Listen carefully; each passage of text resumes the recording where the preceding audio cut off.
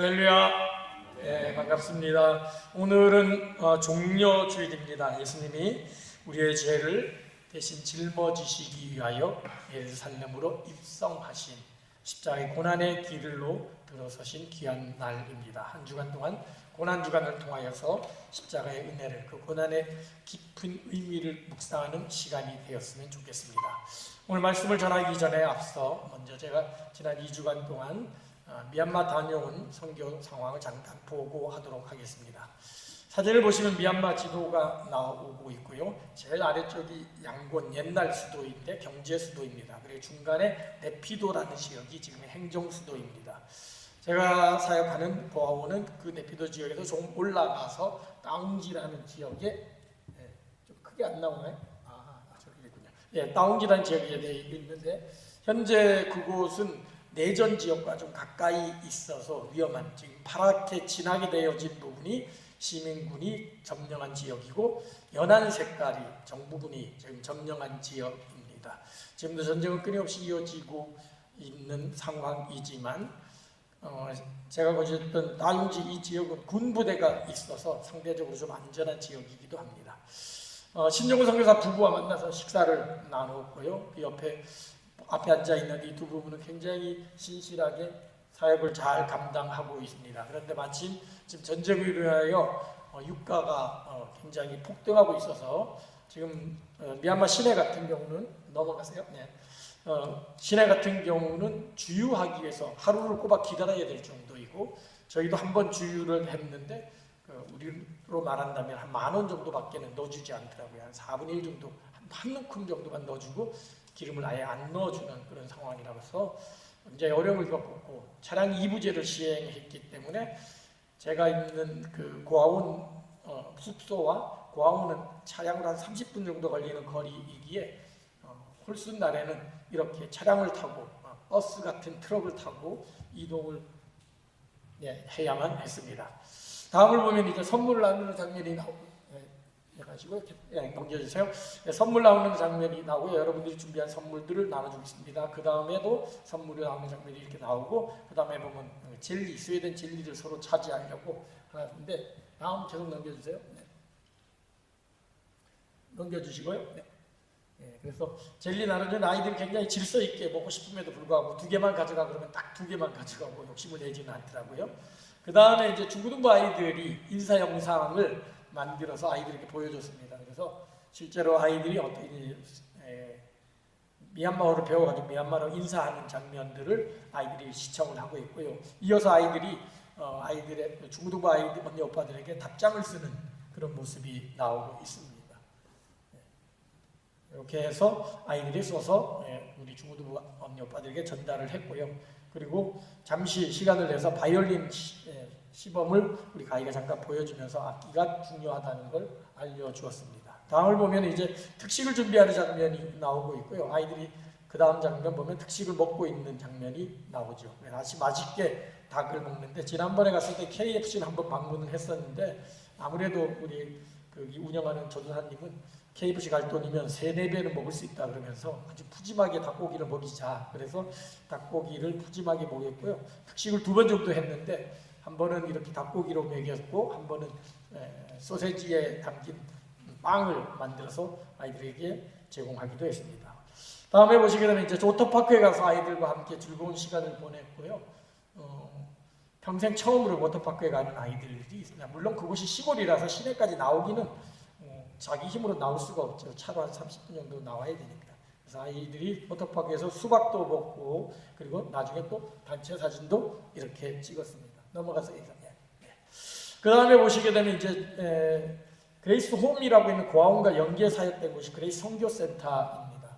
그레이스 선교센터를 보시게 되면 지금 건물 보이는 게 이제 본관으로 쓰고 있는 거고요. 넘어가세요. 본관으로 쓰고 있는 거고요. 그 옆에 보게 되면 이제 건축하고 있는 건물이 보이는데 그 다음 보게 되면 교육관을 지금 짓고 있습니다.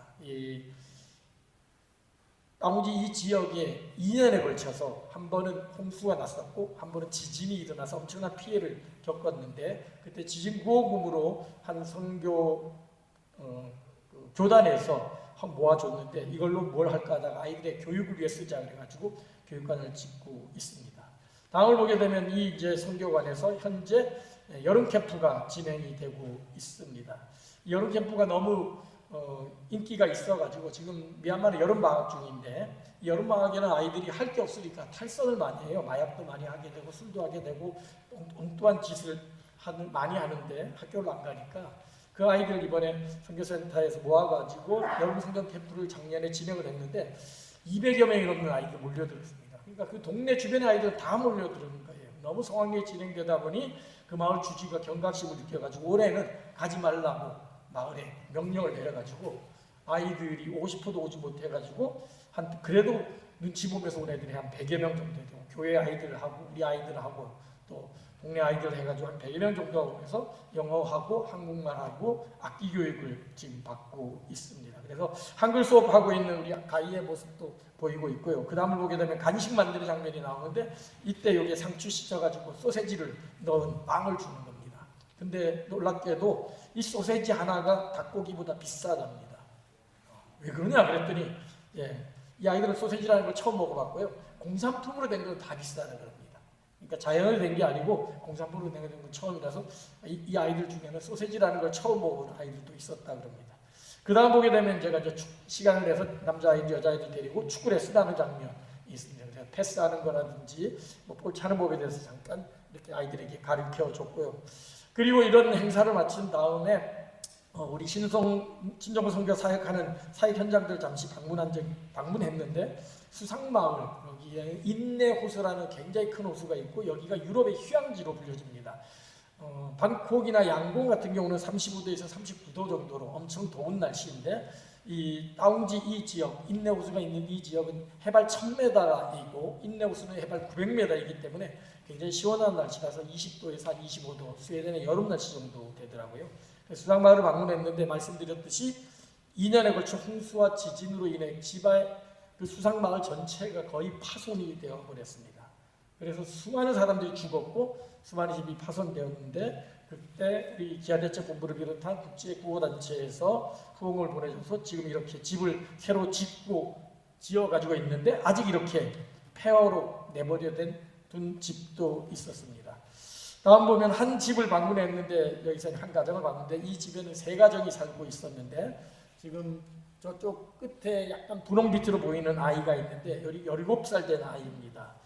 국제기아대책본부에서 인터뷰를 했는데 이 아이 사연이 하도 기부해가지고 소개가 되어졌는데 17살 된 아이가 자기 엄마가 재혼을 해서 너무 싫어가지고 엄마를 미워해서 말도 하지 않았다 그럽니다. 그런데 지진이 나는 바람에 엄마 아빠도 죽고 자기 동생도 죽고 자기 혼자 살아남은 거예요. 그러면서 자기 엄마한테 미안하다 화해의 말도 못한 채 엄마가 하늘나라에 간 것에 대해서 너무 슬퍼하며 통곡했고 그리고 지금 이런 친척집에 얹혀 사는 자기의 신세가 너무 힘들고 눈총도 많이 받았던 것 같아요. 그런데 이제 그 사연을 읽고 한국에서 많은 독지가들이 이 지진 후원금을 보낸 것은 물론이거나 이 아이들을 위해서 특별하게 해가지고 지금 보게 되면 저희 잘 안 보이지만 저 앞에 돈다발이 이렇게 있습니다. 700만 짜 해가지고 우리나라도 한 200만 원 정도 되는 건데 그 나라에서 뭐 1년, 2년 연봉이 될 정도로 후원금을 줘서 그나마 그 친척들에게도 도움이 되고 그 집에서 생활하는데 눈칫밥 안 먹고 살 수 있게 된 것 같다라고 그렇게 이야기를 하더라고요. 그래서 이 아이의 사연과 함께 그 지역에 있는데 이 아이가 기독교인입니다. 그 주변에 있는 인따종 목사님이 이 아이를 데려다가 양육을 하고 있고요. 그래서 이 아이를 비롯해서 몇 명의 사람들이 지금 이 인내마을 수상중에 한 50만 명 정도가 몰렸습니다. 그러는데 거기에 복음을 전하는 도구로 쓰임받기를 위해서 기도하고 있습니다. 다음을 보시면 현지 사역자의 만남을 가졌고요. 현지 고아원 사역자와 선교센터 사역자 그리고 국제기아대책본부에서 일하는 사람들 그리고 미얀마 목사님들 몇 분들이 오셔서 함께 식사하고 교제하는 그런 시간을 가졌습니다. 이번에 제가 방문하게 된 계기는 이 고아원 그림을 보시면 이 현재 지어진 건물이고요. 원래 이제 이 숙소가 굉장히 협소합니다. 1층을 보게 되면 강당이 있고요. 그리고 그 다음을 보게 되면 2층에 복도가 있고 양 옆에 그 다음 그림을 보면 이제 숙소가 이렇게 되어져 있습니다. 그런데 이게 큰 방이 두 개가 되어져 있어서 아이들이 한 10여 명씩 남녀로 구분되어 잤었는데, 지금 가보니까 원래 제 방으로 마련했던 작은 방을 아이들에게 나눠줘가지고 큰 애들을 임시로 거기서 재우고 있더라고요. 그래서 숙소가 너무 협소해서 최소한 4인이나 6인실 정도의 숙소를 좀 세웠으면 좋겠다 싶어가지고, 아까 첫 번째 그림에서 보았던, 다음으로 넘기면 이 본관 옆에 있는 거적대기 같은 걸로 돼 있는 이 공간을 활용해서 2층 건물을 지으려고 했습니다. 그래서 한 6개 정도 방 정도 된 걸로 숙소를 중축하려고 예정을 했었는데, 고안 현지 사역자하고 얘기하는 과정에 지금 그 옆에 보게 되면 그 식당이 있는데, 가건물로 되어진 다음 부분이요. 예, 식당이 있는데 그 옆 마지막 그림 보게 되면 이 식당에서 식사를 하는 아이들의 모습이 보이죠. 그런데 어른들은 다 좀 서 있죠. 그래서 한꺼번에 식사를 하기에는 너무 좁은 공간이라 그래서 차라리 이 식당, 가건물로 지어진 이 식당 건물을 헐고 좀 증축해서 조금 더 넓게 짓고 밑에는 식당으로 쓰고 위에는 아이들 위한 숙소를 지으면 어떻겠냐라고 그렇게 제안을 해왔습니다. 그러면 처음에 한 3천만 원 정도로 예상을 했는데 한 1,000만 원 정도의 더 예산이 들어가기 때문에 어떻게 될지 모르는데, 후원하는 사람들의 후원금을 보고 결정하자고 지금 그 선교센터에 교육관 짓는 것도 빠듯하게 짓고 있어서 그게 6월 정도면 끝날 것 같습니다. 6월 정도에 끝나면 그때까지 후원금이 어느 정도 모이는지 보고 중축한 대로 할 것인지 원래 예정대로 할 것인지 결정하자고 했습니다. 제가 이번에 방문하면서 가장 그 인상 깊었던 일 중에 하나는 아이들을 워터파크에 데려가서 수영을 하면서 재밌게 즐겁게 놀고 있었는데, 그때 한 12~13살짜리 여자아이가 오더니 제품에 꼭 안기면서 서툰 한국말로 이렇게 이야기하는 것이었습니다. 너무 행복해요. 너무 행복해요. 사실 아이들에게서 꿈도 없었고 희망도 없었고 전쟁으로 인하여 부모도 잃고 또 부모도 도망가는 바람에 할머니 손에 맡겨진 그런 아이들이었고, 또 주변의 시선으로도 부모 없는 아이들이라는 그런 핀잔을 받았던 아이들인데, 여러분의 후원들과 또 사랑으로 인해서 아이들이 자부심을 갖게 되어지고 행복하다는 그런 고백을 하는 이야기를 들었습니다. 그리고 지난번에 그 신성교사를 통해서 들은 가장 감사했던 일 중에 하나는 아이들에게 꿈이 생겼다는 거죠. 그전엔 뭐가 되고 싶은 미래에 대한 희망도 없었고 하루하루 그저 살아가기 급급한 아이들이었는데, 나도 이제 훌륭한 사람이 되어서 다른 사람을 돕는 사람이 되고 싶다. 나도 의사가 되고 싶다. 나도 한국에 가서 공부해서 훌륭한 사람이 되고 싶다. 나도 잘 커서 다시 여기 돌아와서 나와 같은 어린 동생들을 돌보는 사람이 되고 싶다. 이런 이야기들을 하기 시작했다는 것이죠. 그러면서 그때 작년에 아이가 저에게 묻습니다. 나는 왜 여기 와서 살려고 하느냐, 왜 우리를 돕냐라고 그런 질문을 했을 때 제가 그렇게 얘기했습니다. 나는 너희들을 사랑하고 나를 사랑하는 예수님의 사랑을 너희들에게 전해주기 위함이다. 내가 받은 사랑이 있기 때문에 너희들도 그 사랑을 받았으면 좋겠다라고 얘기했던 적이 있습니다. 그렇습니다. 기독교는 사랑입니다. 사랑의 종교라고 그러죠. 예수님이 우리를 위해 사랑하셨기에 십자가에 달려 대신 죽으셨지요. 그러기에 그 사랑을 받아 살아난 영생을 소유한 우리는 그 사랑을 나눌 필요가 있습니다. 그 사랑을 나타내는 징표가 십자가지요. 사실 모든 종교마다 상징이 있습니다. 이슬람의 상징이 뭐죠? 초승달과 별이지요. 유일신을 뜻하는 초승달과 5가지 율법을 뜻하는 신앙 고백과 기도와 금식과 자선과 성지순례를 뜻하는 별이 이슬람의 상징입니다. 불교의 상징은 우리가 잘 아는 낫지의 상징과 비슷한 만자도 있지만, 일반적으로는 법의 수레바퀴, 즉 불교의 교리를 나타내는 수레바퀴가 불교의 상징입니다.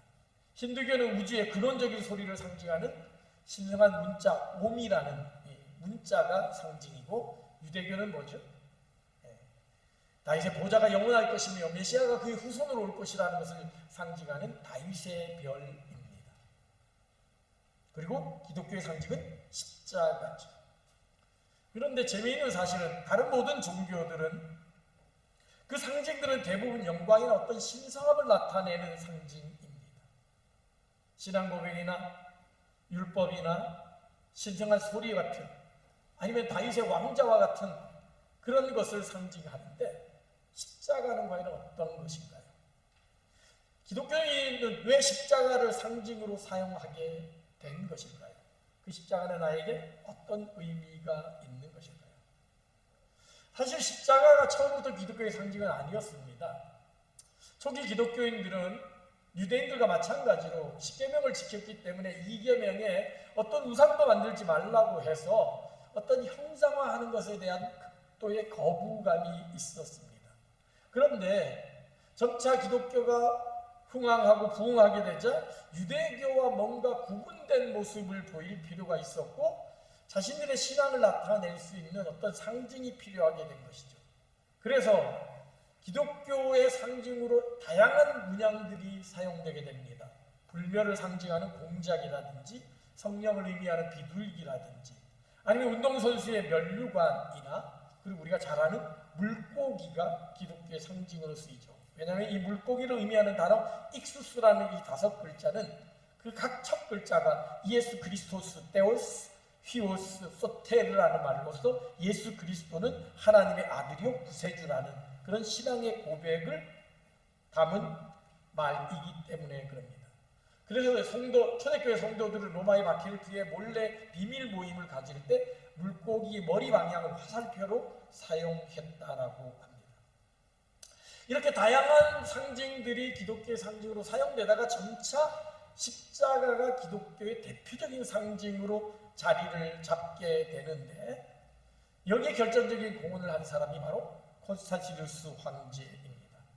이 콘스탄티누스 황제가 그 유명한 밀비우스 다리 전투를 앞두고서 환상을 보게 되지요. 밤에 하늘에서 빛의 십자가가 나타나면서 이 표징으로 승리하리라는 그런 문구를 발견하게 됩니다. 그리고 그것을 믿고 십자가를 들고 앞장 세워서 전진해서 나아갔더니 진짜 승리를 거두었다 그래가지고 이 십자가는 승리의 상징, 기적의 징표로 쓰여지게 된 거죠. 하지만 초기 때부터 이 십자가가 이런 승리의 상징, 기적의 징표로 쓰임받은 것은 아닙니다. 오히려 십자가는 초대교회 당시에는 저주의 상징이었죠. 가장 극렬한 사형 방식이 바로 십자가형입니다. 동양으로 말한다면 능지처참형과 같은 그런 것이 바로 십자가형이었습니다. 이 형벌은 처음에는 야만인족들이 사용하다가 점차 로마인들도 사용하게 되었는데, 이 형벌이 너무도 힘들고 고통스러워서 그 십자가에 달려서 피가 온 몸에 빠질 때까지 수일 동안 그 고통의 소리가 로마 시내 전역을 휩쓸었다 그러고요. 너무도 잔인한 형벌이기 때문에 로마 시민권을 가진 사람은 이 십자가형에서 면제해 주었습니다. 그렇기 때문에 예수님의 제자들 대부분은 십자가형을 당했는데, 사도 바울은 로마 시민권을 가졌다는 이유로 십자가형을 받지 않고 목이 잘려 죽는 참수형을 당하게 되지요. 주 70년경 이 티투스 장군이 유대 독립운동을 저지할 때 하루에 500명씩 유대인들을 이 십자가형에 못 박아 죽였다라고 합니다. 그래서 로마의 철학자 키케로는 이 십자가형을 가르쳐서 세상에서 가장 잔인하고 혐오스러운 형벌이라고 그렇게 표현했습니다. 이렇게 십자가는 세상 사람들에게 있어서 고통스럽고 잔인한 그런 형벌이었는데, 이것은 유대인들에게도 마찬가지였습니다. 왜냐하면 신명기 말씀을 보게 되면 십자가를 저주의 형틀로 묘사하고 있기 때문입니다. 신명기 21장 23절입니다. 나무에 달린 자는 하나님께 저주를 받았습니다. 나무로 지어진 이 십자가, 즉 나무에 달린다는 것은 하나님의 저주를 받은 사람이라는 것이죠. 유대인들이 끝끝내 예수 그리스도를 구세주로 받아들이지 못했던 이유가, 구세주가 어떻게, 메시아가 어떻게 하나님의 저주를 받아 죽을 수 있냐라는 그들의 생각 때문이었던 것입니다. 그러나 역설적이게도 하나님의 저주를 받아 죽었기 때문에 우리의 죄가 배속받을 수 있었던 것이죠. 우리가 하나님의 저주를 받아 십자가형을 당해 죽어야 되는데 예수 그리스도께서 우리를 대신하여 죽으셨기에 우리는 그 십자가형을 면제받게 된 것이죠. 바로 그 저주의 형틀이 십자가에서 하나님의 구원이 이루어진 것입니다. 그렇습니다. 예수님 당시의 십자가는 저주와 형벌의 상징이었습니다. 고난과 고통으로 들어가는 것이었죠. 그래서 로마의 감독이었던 히폴리투스가 쓴 논문 사도적 전통이라는 책을 보게 되면 현진 성사를 할 때 이마에 십자가를 그었다고 합니다. 물론 지금도 캐톨릭에서는 이 십자가를 그으면서 그 십자가의 의미를 묵상하지요. 그 의미는 당신의 이마에 엄숙하게 그 표시를 그림으로써 언제나 그리스도를 본받아라. 왜냐하면 이것은 그의 고난의 상징이기 때문이다. 이렇게 표현했습니다. 성호를 긋는다는 것, 십자가를 긋는다는 것은 그걸로 마귀를 쫓아내고 기적을 행하고 승리를 한다는 의미가 아니라 그 십자가를 그음으로 말미암아 나도 그 십자가의 고난에 동참하겠습니다라는 그런 믿음의 고백이라는 것이죠. 즉 십자가는 고난을 의미하는 것입니다. 기독교의 상징이 십자가라는 것은 기독교는 고난의 종교라는 것이죠. 예수를 믿는 것은 복받는 것이 아니라 예수를 믿는 것은 고난 속으로 들어간다는 것을 의미합니다. 오늘 본문은 거듭하여 그 십자가의 고난을 강조하시는 그 십자가의 고난으로 초대하는 예수님의 모습이 나타납니다. 본문의 32절입니다.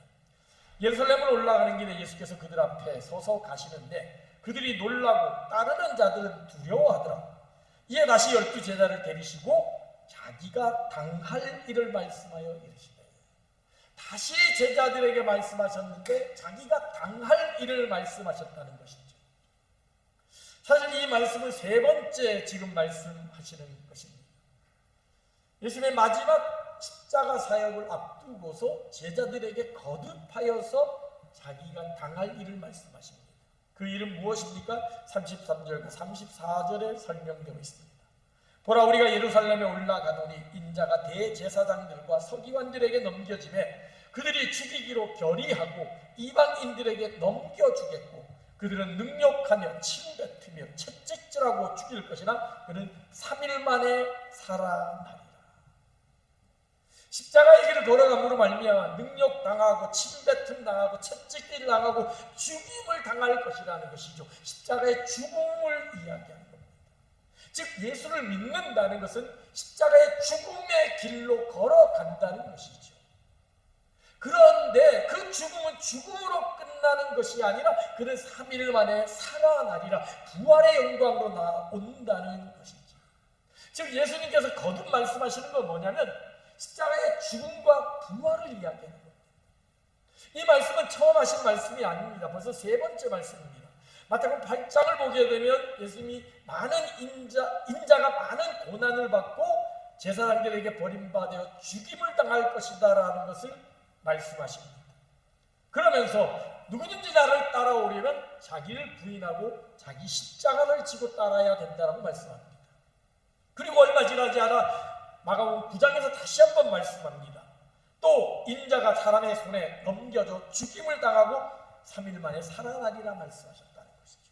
그리고 오늘 다시 세 번째로 제자들을 데리고 말씀하십니다. 이에 다시 자기가 당할 일을 말씀하셨다는 것이죠. 그리고 이후에도 계속해서 같은 내용을 말씀하십니다. 예수님의 후반기의 사역은 십자가입니다. 포도원 소작인 비유를 통해서 성전이 무너질 것을 예언하면서 향유 담은 옥합을 깨뜨린 사건에서 이 여인은 나의 장사를 준비한 것이다라고 말하고 마지막으로 오늘 우리가 행했던 이 성만찬과 같이 유월절 만찬을 통해 직접적으로 십자가의 길을 말씀하셨습니다. 예수님은 거듭하여 십자가를 가르친 것이죠. 예수님의 사역을 크게 두 파트로 나누면 전반부의 사역과 후반부의 사역의 강조점이 다릅니다. 예수님의 사역의 전반부는 예수님의 공생의 3년의 대부분입니다. 마태복음에는 15장까지, 마가복음 9장까지, 누가복음 17장까지, 요한복음 11장까지 성경책의 한 절반 정도가 이 전반부에 대한 기록, 3년에 관한 기록입니다. 여기에는 기적이나 치유의 사역이 등장합니다. 안진뱅이가 일어나고 눈먼 자가 눈을 뜨고 무리를 걷고 오병이어의 기적을 행하시고 귀신을 쫓아내는 일들이 이 공생의 3년 가운데서 주로 일어납니다. 그러나 예수님의 진정한 강조점은 후반부에 집중되어져 있습니다. 마가복음 16장부터, 마태복음 16장부터, 마가복음 10장부터, 누가복음 18장부터, 요한복음 12장부터 마지막 장까지는 예수님의 후반부의 사역이 기록되어 있는데 이 후반부의 사역은 단 일주일입니다.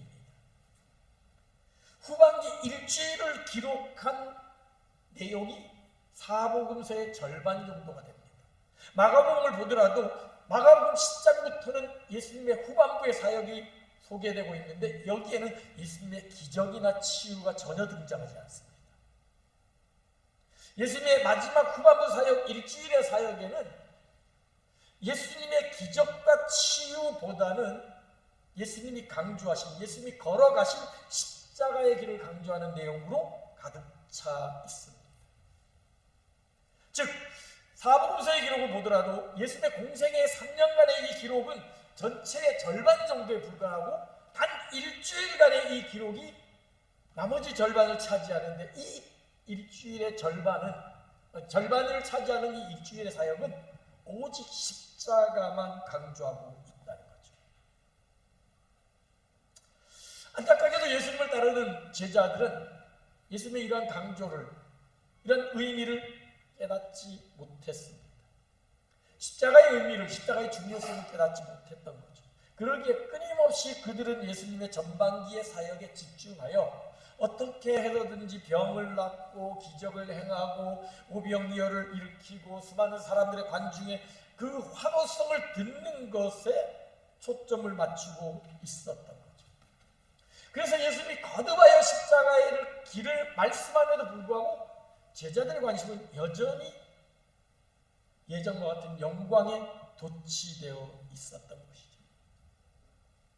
나는 죽으러 간다라고 말함에도 불구하고 제자들은 깨닫지 못합니다. 죽어야 산다라고 말씀함에도 불구하고 죽는 것 근처에도 가기 싫어합니다. 베드로의 경우를 보십시오. 처음으로 예수님이 십자가의 길을 이야기합니다. 그때 베드로가 이렇게 이야기합니다. 드러내놓고 이 말씀을 하시니 베드로가 예수를 붙들고 항변하네. 항변하다는 말을 직역한다면 비난하다는 말입니다. 꾸짖다는 말입니다. 책망하다는 말입니다. 아니 예수님 지금 무슨 말씀을 하십니까? 그런 철부지 같은 말씀을 하십니까? 이제 성공의 시대가 열리고 있는데 이제 판만 깔아놓으면 사람들이 몰려들 정도로 예수님의 인기가 하늘을 찌르는데 갑자기 죽으러 간다니요. 지금 제정신입니까? 라고 말하며 예수님을 책망했다는 것이죠. 자, 이가 생각할 때 메시아의 길은 영광과 찬양과 환호성이 가득한 길이어야 되는데 고난의 길, 죽음의 길, 십자가의 길을 말씀하시는 예수님을 이해할 수 없었던 것이죠. 이것은 단순 베드로만이 아니었습니다. 제자들은 예수님이 십자가의 길을 이야기할 때마다 놀라며 두려워합니다. 마가복음 9장입니다. 인자가 사람들의 손에 넘겨져 죽임을 당하고 죽은 지 3일 만에 살아내리라는 것을 말씀하셨기 때문이다. 그러나 제자들은 이 말씀을 깨닫지 못하고 묻기도 두려워하더라. 도무지 이해할 수 없었고 두려움에 빠진 제자들의 모습을 보게 됩니다. 그리고 여기서 한 걸음 더 나아가 다시 세 번째로 예수님이 자기가 당할 일, 십자가의 길을 얘기할 때 아예 그 예수님의 강조점에 관심 없고 자기 관심만, 자기 욕심만 채우려고 하는 사람이 등장합니다. 예수님이 세 번째로 십자가의 길을 이야기하자 제자들의 반응이 뒤어 나옵니다. 오늘 본문의 10장 35절입니다. 세베대의 아들 야고보와 요한이 주께 나와 여쭤되 선생님이여 무엇이든지 우리가 구하는 바를 우리에게 하여 주시기를 원합니다. 여짜오되 주의 영광 중에서 우리를 하나는 주의 우편에 하나는 좌편에 앉게 해 주십시오. 예수님은 거듭에서 낮아지는 삶, 포기하고 희생하는 삶, 고난의 삶, 죽음의 길을 이야기하는데 제자들은 끊임없이 그것을 거부하고 한 걸음 더 나아가 자기 욕심을 채우려 하고 하는, 자기 영광을 구하려고 하는 그런 모습을 보이고 있었던 거죠. 우리가 이러한 사실을 통해 분명히 알 수 있는 사실은 적어도 예수님 당시에 십자가의 의미를 제대로 알고 있었던 사람은 아무도 없었다는 겁니다. 제자들은 물론이거니와 십자가 주위에 있던 많은 사람들이 십자가의 참된 의미를 알지 못했습니다. 그래서 가룟 유다는 탐욕으로 인하여 예수님을 제사장에게 넘겨주었죠. 제사장들은 시기와 질투로 예수님을 빌라도에게 넘겨줍니다. 빌라도는 비겁함 때문에 예수님을 무리들에게 넘겨주죠. 무리들은 무지함으로 결국 예수님을 로마 군병들에게 넘겨줬고, 로마 군병들은 호기심과 조롱으로 예수님을 십자가에 못 박았습니다. 베드로를 비롯한 수많은 제자들은 십자가의 의미를 알지 못한 채 모두가 자기 안위를 구하느라 다 도망을 가고 말았습니다. 예수님 주변의 수많은 사람들 가운데 십자가의 의미를 제대로 알고 있었던 사람은 아무도 없었다는 거죠. 그들 가운데는 예수님의 말씀을 직접 듣기도 했고 은혜를 받았던 사람도 있고 심지어는 기적을 경험했던 사람들도 있었을 것입니다. 그럼에도 불구하고 그 누구도 예수님의 십자가의 길을 함께 걸어간 사람은 아무도 없었던 것이죠. 이러한 오해와 무지 속에 예수님은 십자가의 길을 외롭게 걸어가신 것입니다. 사실 이 본문의 말씀을 보면서 우리 역시 이러한 무리들과 제자들과 별반 다를 바 없는 것은 아닌가 하는 그런 생각을 해보게 됩니다. 그리고 우리 역시 제자들처럼 예수님의 전반부 사역에만 집중하며 예수 믿고 복받기를 바라는, 예수 믿고 치유되고 회복되고 기적을 얻고 뭔가 더 크고 높아지기만을 바라는 모습이 우리 가운데 남아있는 것은 아닌가 생각해보게 됩니다. 실제로 우리가 예수 믿는 목적이 무엇인지, 우리가 예수를 믿음으로 말미암아 구하고자 하는 것들이 무엇인지요, 오늘 예배를 통해 우리가 얻고자 하는 것이 무엇인지요. 물론 예수님은 우리에게 위로도 주시고 마음의 평안도 주시고 물질의 복도 주시고 건강의 복도 주시고 가정의 평강도 주시는 분입니다. 그 분이 바로 예수님이십니다. 그 삶이 예수님의 공생의 전반부 3년의 사역에 집중되어 있습니다. 그런데 그 예수님의 공생의 3년이 예수님의 삶의 목적이 아니었다는 거죠. 그 모든 것은 마지막 일주일 십자가의 길로 가기 위한 과정이었던 것이죠. 오병이어의 기적을 누리고 안진뱅이가 일어나고 눈먼 자가 눈을 뜨는 기적을 누리는 것은 하나님 나라에서 이루어진 일인데 그것은 반드시 십자가의 길을 걸어가서 통과한 사람에게만 주어지는 것이라는 것을 예수님은 보여주고 싶었던 것입니다.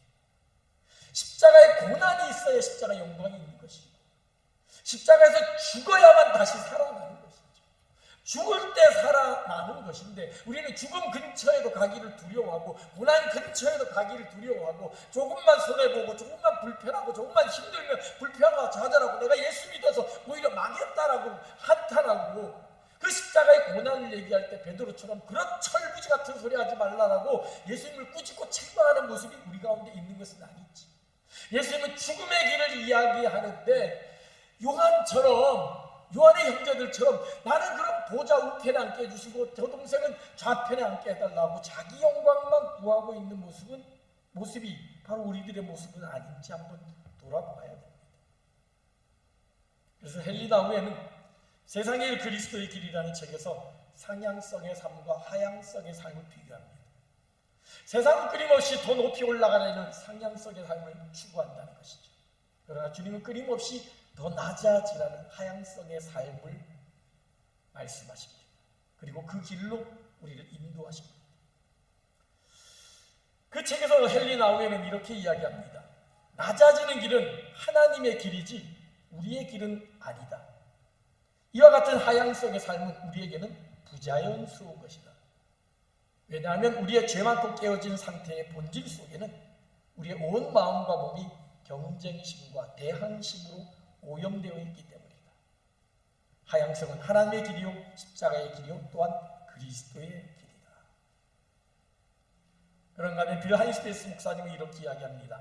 나침판의 바늘이 북쪽을 가리키듯이 인간의 바늘은 늘 위를 가리킨다.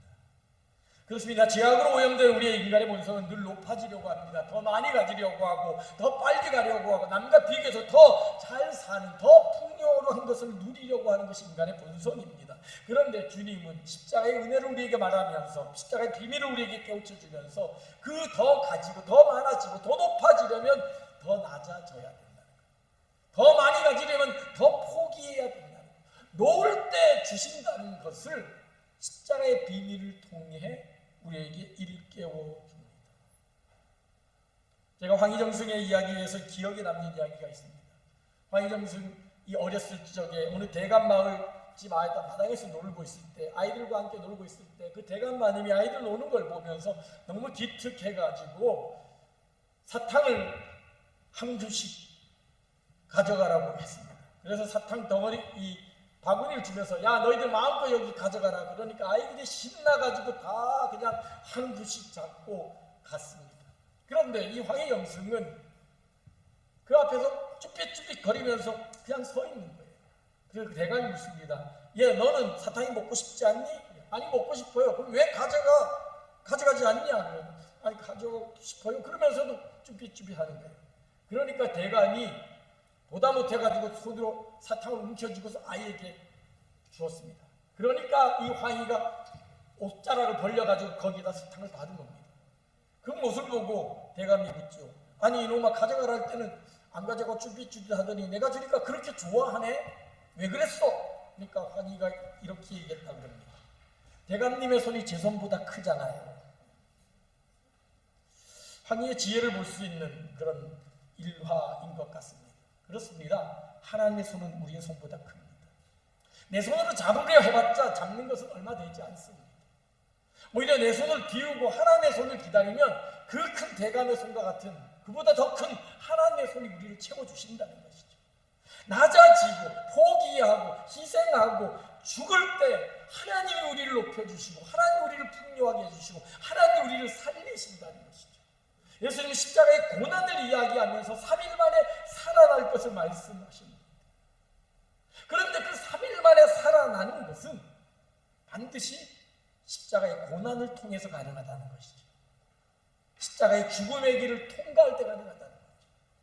비록 내 삶이 힘들고 어렵고 예수 믿고 나아진 것이 별로 없고 예수 믿는다고 마음의 평안도 없고 오히려 경제적인 형편은 더 어렵고 여러 가지 힘든 상황이 있다 할지라도 오히려 그것이 하나님의 은혜의 손길이 임하는 과정이라는 사실을 믿는다면 그 고난의 길을 기쁨과 감사함으로 걸어갈 수 있을 것입니다. 왜냐하면 그 길 끝에는 두 팔을 벌려 반기시며 우리에게 엄청난 선물을 준비하고 계시는 하나님이 계시기 때문입니다.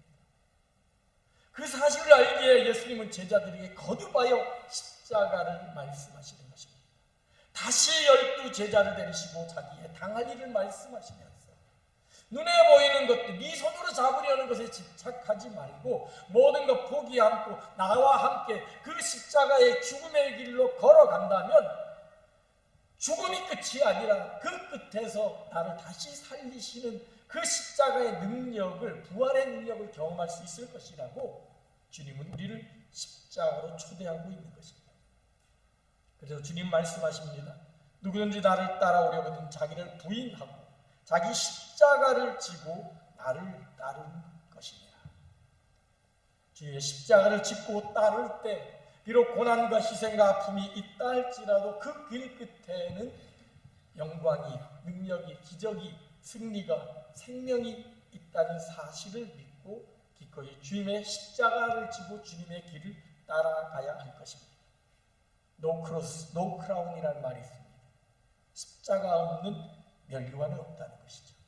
고난이 없는 영광은 없습니다. 비록 지금의 이 크로스가 힘들고 어렵고 불편하게 느껴진다 할지라도 믿음으로 인내함으로 이 십자가의 길을 걸어간다면 결국 크라운의 영광, 멸류관의 영광으로 영생의 영광으로 우리를 맞아주시는 주님을 만나게 될 줄로 믿습니다. 십자가의 길을 걸어가시기 위하여 예루살렘으로 입성하시는 예수님의 모습을 상상해 보십시오. 오늘은 종려 주일입니다. 종려는 승리를 이야기합니다. 개선장군을 이야기합니다. 수많은 사람들이 종려 가지를 흔들면서 예수님을 개선장군으로 영접했지만 정작 예수님은 백마탄 기사로 장군으로 입성한 것이 아니라 나귀를 타고 초라하게 입성하십니다. 겸손의 모습, 섬김의 모습, 낮아짐의 모습으로 십자가의 길을 걸어간 것이죠. 이번 한 주간 고난주간을 맞이하면서 고난의 의미를 다시 한번 생각하며 십자가의 의미를 생각하며 나에게 주어진 이 십자가가, 이 고난이 고통과 아픔과 슬픔이 아니라, 저주가 아니라 하나님이 나를 영광으로 은혜로 이끌어주시는 과정이라는 일을 생각하고 기꺼이 그 십자가의 고난에 동참함으로 말미암아 주와 함께 죽고 주와 함께 다시 살아나는 놀라운 은총 경험하는 복된 하나님의 백성들이 되기를 주님의 이름으로 축원합니다.